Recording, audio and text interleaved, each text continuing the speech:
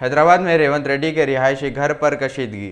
मंगल को टीपीसीसी सदर रेवंत रेड्डी के जुबली हिल्स में रिहायशी घर पर हल्की कशीदगी गालिब हुई, जब तेलंगाना राष्ट्रीय समिति विद्यार्थी टीआरएसवी के कारकुन के एक ग्रुप ने वजीर बल्दी नजमुनज केटीआर के खिलाफ रेवंत रेड्डी के तौहीन-ए-मर्ज़ बयानात पर एहतजाज किया। रुकने पार्लियामेंट की रिहायशी घर की तरफ मार्च करने वाले मुजाहिरीन को कांग्रेस पार्टी के कारकुन और पुलिस एहलकारों ने रोका, जिससे हल्की कशीदगी पैदा हो गई। पुलिस ने बताया कि सूरत हाल को फौरी तौर पर कंट्रोल में लाया गया।